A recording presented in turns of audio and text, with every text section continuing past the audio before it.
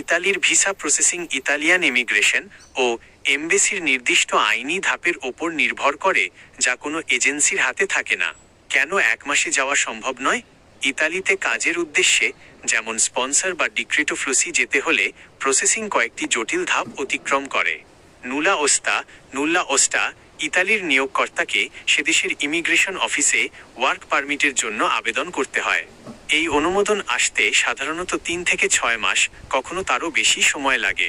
নথি যাচাই, নুল্লা ওস্টা verification embassy আবেদনকারীর কাগজপত্র ও ইতালির পেপারস যাচাই করে।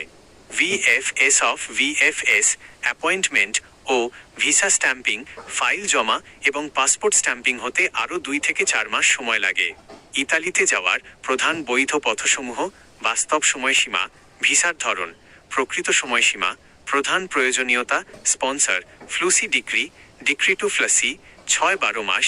ইতালির ইমিগ্রেশন কর্তৃক কোটা ঘোষণার পর মালিকের থেকে নুলা ওস্তা পেতে হয়। Seasonal work visa, seasonal work, 4-8 মাস। কৃষি বা পর্যটন খাতের নির্দিষ্ট মেয়াদের কাজের অনুমতিপত্র। স্টুডেন্ট ভিসা, স্টাডি ভিসা, 4-6 মাস। ব্যাচেলর, মাস্টার্স কোর্সে ভর্তি, ব্যাংক স্পন্সর ও নির্দিষ্ট ভাষার দক্ষতা। Tourist visit visa, Schengen visit, 1.5-2.5 মাস। শক্ত ব্যাংকিং, ভালো ট্রাভেল হিস্ট্রি ও নিজ দেশে ব্যবসার, চাকরির শক্ত প্রমাণ। সতর্কবার্তা: যারা 1 মাসে ভিসা করিয়ে দেওয়ার নামে চুক্তি বা মোটা অঙ্কের টাকা দাবি করে, তারা অনেক সময় ভুয়া নুলা ওস্তা বা ফেক ডকুমেন্ট ব্যবহার করে। এমবেসি ভেরিফিকেশনে তা ধরা পড়লে দীর্ঘমেয়াদে সেঙ্গেনভুক্ত 27টি দেশে ভ্রমণের ওপর নিষেধাজ্ঞা ব্যান পড়তে পারে।